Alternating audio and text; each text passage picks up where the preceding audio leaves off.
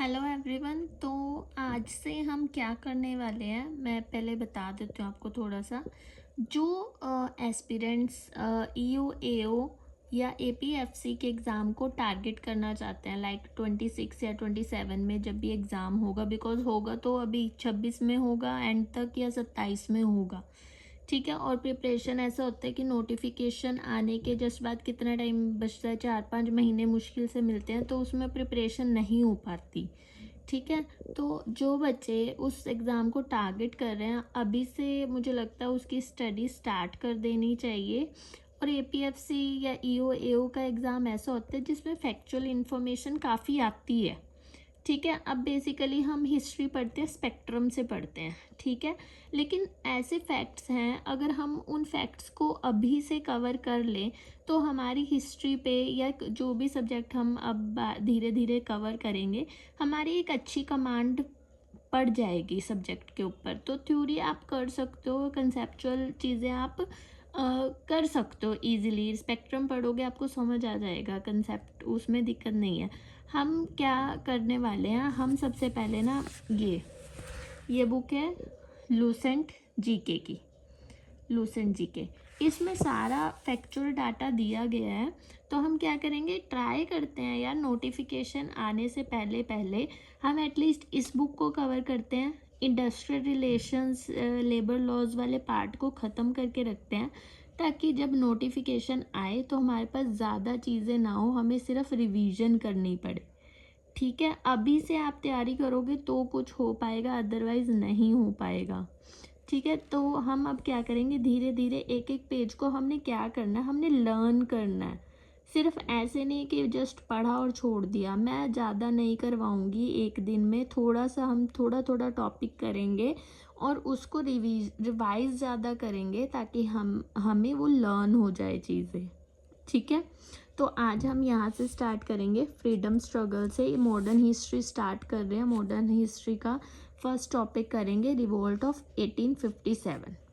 अब शुरू करते हैं टॉपिक को। तो आज से हम डेली ये करेंगे, ठीक है। आपने स्टार्ट करना है साथ साथ, ओके। चलो। The revolt of 1857 is an important landmark in the history of India which occurred during the governor generalship of Lord Canning.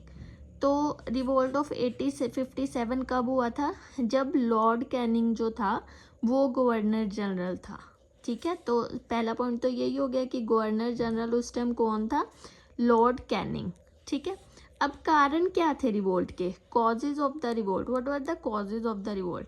The revolt of 1857 was a combination of political कारण भी थे, economic कारण भी थे, socio religious कारण भी थे और मिलिट्री कारण भी थे। तो 4 तरह के कॉजेज थे, political, economic, socio religious and military causes, ठीक है। अब पॉलिटिकल क्या रीज़न थे, जो नाना साहेब थे was refused pension, Nana Saheb को पेंशन देने से मना कर दिया गया था। As he was adopted son of Peshwa Bajirao to.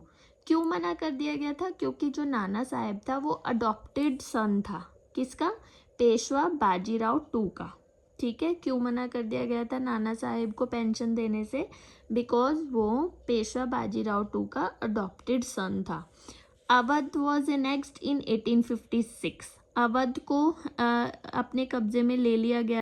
तो अवध जो है उसको अनेक्स किया गया था 1856 में, किस कारण, माल एडमिनिस्ट्रेशन के कारण। वहाँ पे बोला गया कि वहाँ का एडमिनिस्ट्रेशन सही नहीं चल रहा है, ये चार्जेस लगाकर अवध को अनेक्स कर लिया, कब्जे में ले लिया 1856 में।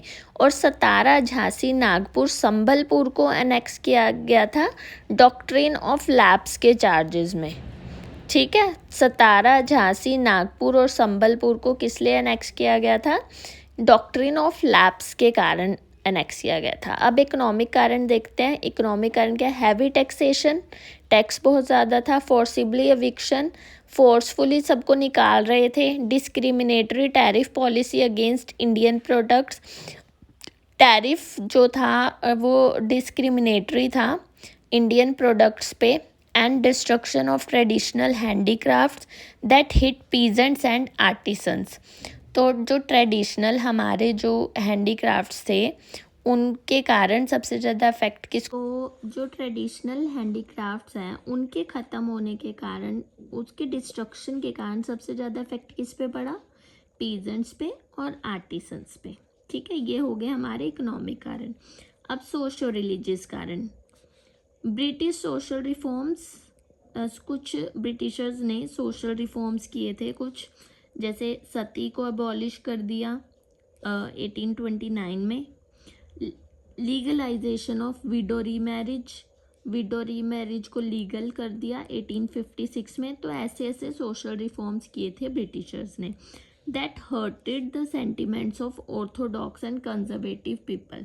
तो जिसने किसको हर्ट किया, जो ऑर्थोडॉक्स सोच वाले लोग हैं या कंजर्वेटिव पीपल हैं, इन रिफॉर्म्स ने उनको हर्ट किया। तो ये भी एक कारण बना रिवोल्ट का। Military discrimination with Indian soldiers, Indian soldiers के साथ भेदभाव होता था मिलिट्री में। अब इमीडिएट कॉज देखते हैं जो एकदम से कारण बना रिवोल्ट का। Introduction of Enfield rifles whose cartridges were set to have a greased cover made of beef and pork sparked off the revolt. जो इमीडिएट कारण था वो ये था कि अंग्रेज़ों ने एनफील्ड राइफल्स को इंट्रोड्यूस किया मिलिट्री में, जिसको ये था कि जिसका जो कार्ट्रिज होता है वो किससे ग्रीस हुआ होता था, बीफ या पॉक से ग्रीस हुआ होता था। और जो पर्सन्स होते थे आर्मी में, उनको वो मुंह से छीलना होता था कवर। तो ये कि नॉन वेज नहीं जो खाते, या मतलब कि वो ये चीज़ नहीं कर सकते थे। तो ये इमीडिएट कॉज था रिवोल्ट का। Beginning and spread of the revolt. On March 29, 1857, an Indian sepoy of 34 native infantry, Mangal Pandey, killed two British officers, Hewson and Bogg, on parade at Barrackpur near Calcutta. 29 मार्च 1857 को जो Indian सिपाही है of 34 native infantry Mangal Pandey ने क्या किया, दो British officers को मार दिया जिनका नाम था ह्यूसन एंड बोक। कहाँ पर मारा, near Calcutta, parade at Barrackpore, Barrackpore की परेड में जो कहाँ पर है, कैलकटा के पास है, वहाँ पर मारा। The Indian soldiers present refuse to obey orders to arrest Mangal Pandey. जो वहाँ पर इंडियन सोल्जर्स प्रेजेंट थे उन्होंने मना कर दिया मंगल पांडे को अरेस्ट करने से, लेकिन वो क्या हुआ, बाद में अरेस्ट हो गया था, मंगल पांडे को अरेस्ट कर लिया गया था और फांसी की सज़ा भी दे दी गई थी। ठीक है, नेक्स्ट उसके बाद क्या हुआ, the mutiny really started at Meerut on 10 मई 1857। जो रिवोल्ट है वो सही में स्टार्ट हुआ था 10 मई 1857 में, कहाँ पर, मेरठ में। ओकेजन क्या था, किस कारण, was the punishment of some sepoys for their refusal to use the greased cartridges.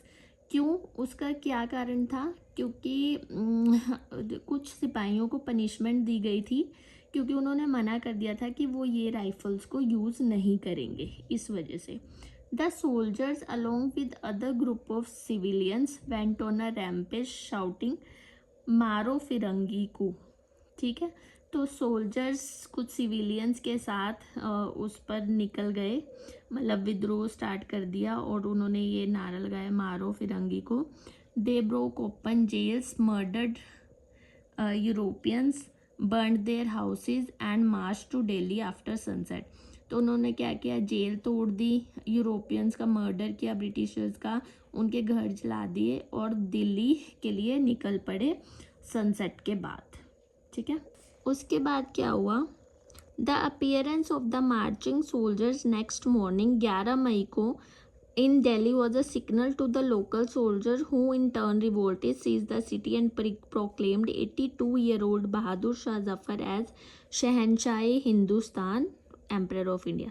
तो जब वो सोल्जर आए ना दिल्ली नेक्स्ट मॉर्निंग 11 मई को, तो वो वहाँ के जो लोकल सोल्जर्स थे उनके लिए भी एक सिग्नल था कि उन्होंने भी रिवोल्ट स्टार्ट कर दिया, सिटी को सीज कर दिया और उन्होंने भी क्या किया, जो 82 साल का बहादुर शाह जफर था उसको शहनशाह हिंदुस्तान घोषित कर दिया।